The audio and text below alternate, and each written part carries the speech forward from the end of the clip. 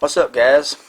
So I was out flying my Nazgul yesterday. I flew about 8 battery packs through it, and so I got several videos still got to upload.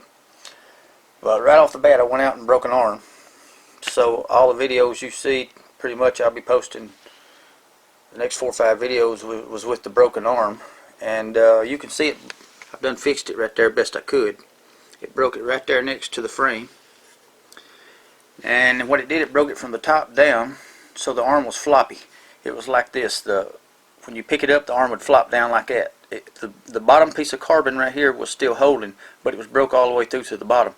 So the arm would flop down, but when you would rev the motors up, the arm would pick back up like that and stay straight. So that's the way I flew it all day.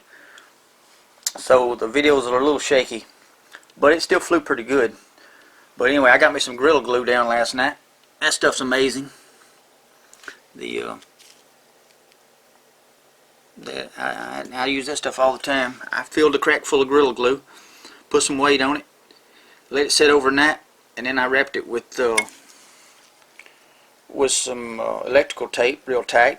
So it's pretty sturdy right now. I'm sure the first hard hit it'll break it again, but I'm going to try to fly a little easier if I can until my other arms get here. I've got me some arms ordered for it. Mama ordered me 4 arms yesterday. I was a little ticked that the only place I could find them was Banggood. I hate getting anything from China right now, but it was $8 and something a piece. But I got 4 of them on the way. Probably take a month to get here, I don't know, but I'm going to try to keep it going until then, because this thing is not stock like I thought it was. When I first got it, I thought it was stock, but it's not. Chris, this was a 6S version of the Nazgul, and Chris knew I didn't have any 6S batteries, so he took the 2207 motors off, and what he did was put some Zing 2208 2400 kV 2450 kV motors on here, 4S version. And man, for this drone weighs 620 grams, just like it sits ready to fly with everything on it. And with them 2208s on there, man, this thing has some awesome power. I mean, it's amazing how way it flies. Now I have changed my setup on it several times, but I finally settled on the setup I like the best, and I will post that here somewhere. You'll see it.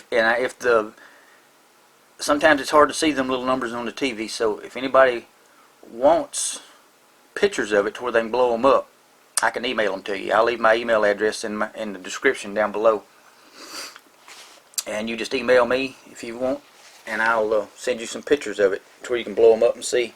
That's totally up to you. But I'm really in love with this quad. I've had it now a week or 2. Put a lot of flights through it, and it just flies amazing. I mean, I've crashed it probably 8 or 9 times now before I broke the arm. And a couple of them was pretty hard crashes, so the frame's not the most durable in the world, but the arms is not too expensive, and they're just replaceable, so I like that about it.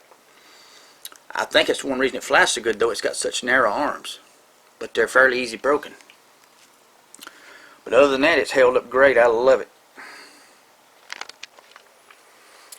Now don't get twisted over the last video I posted, the title of it, because that was just a joke. It says so in the title. It was just a joke. I love Md95tsi, Chris Justice. He's my brother. We're family. I just wanted to have a little fun with him because of the song. That's exactly what the song says. So I just thought it would be fun to have a little fun with him. He has a totally different flying style than me. I try to fly smooth. He flies quicker with the more quicker like that, and I can't fly like him. I've tried. He's the king of that. I mean, he's smooth, but yet he's quick. I'm smooth and slow. I just can't do it quick. When I start doing it quick, I crash and break everything. So he'll always be the king. I was just having some fun. I hope he makes a comeback video to me. I enjoy the back and forth, just playing around. It's fun. And I don't know if you guys have noticed, but in a lot of my videos, you'll see the drone twitching as it's flying, like back and forth like this, you know. And that's not the drone. That's not my setup. That's my thumbs. I get so nervous when I fly. I don't know if it's because I'm nervous I'm going to crash and break something, or if it's just the adrenaline that gets going through me when I fly. I kind of get lost in the moment. But sometimes I get so nervous that I just can't even hardly fly. I mean, it messes me all up because I fly with my thumbs right on top like that, and I'll get so nervous that my thumbs are jerking back and forth like this, and that goes through to the drone. And I wished I could get rid of that, but I just can't. I've tuned a lot of it out by adding the deadband in it, which you'll see in the thing that I post. But that's a problem. And I have to say that my flying looks like it's gotten a lot better here recently, but it really hadn't. I fly exactly the way I've been flying. Well, except for I'm doing some new moves now, like going backwards and stuff, which is kind of neat. But my flying is the same. What's different is this quad. The quad makes a lot of difference. I mean, you can take a mediocre pilot and give him a real good quad, and it makes him look a lot better than he really is. I promise you, because I'm not that good. I can fly pretty much that good with my Marmotte. Actually, I'm a little smoother with my Marmotte, I think, but that's because it weighs so much more. It's almost 200 grams, almost heavier than this drone is. But man, it kills my batteries. I don't get but like a minute in flight time, and my batteries come down hot. So I hate flying that. I'm going to have to get it fixed. But that's a pretty good drone too.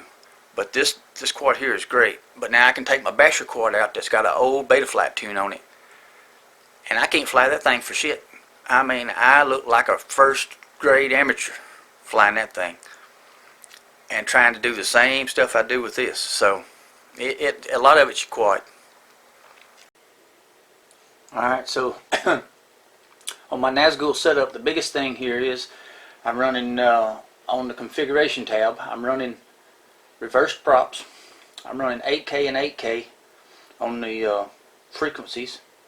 I got the accelerator turned on, accelerometer turned on. I'm running D-Shot 600.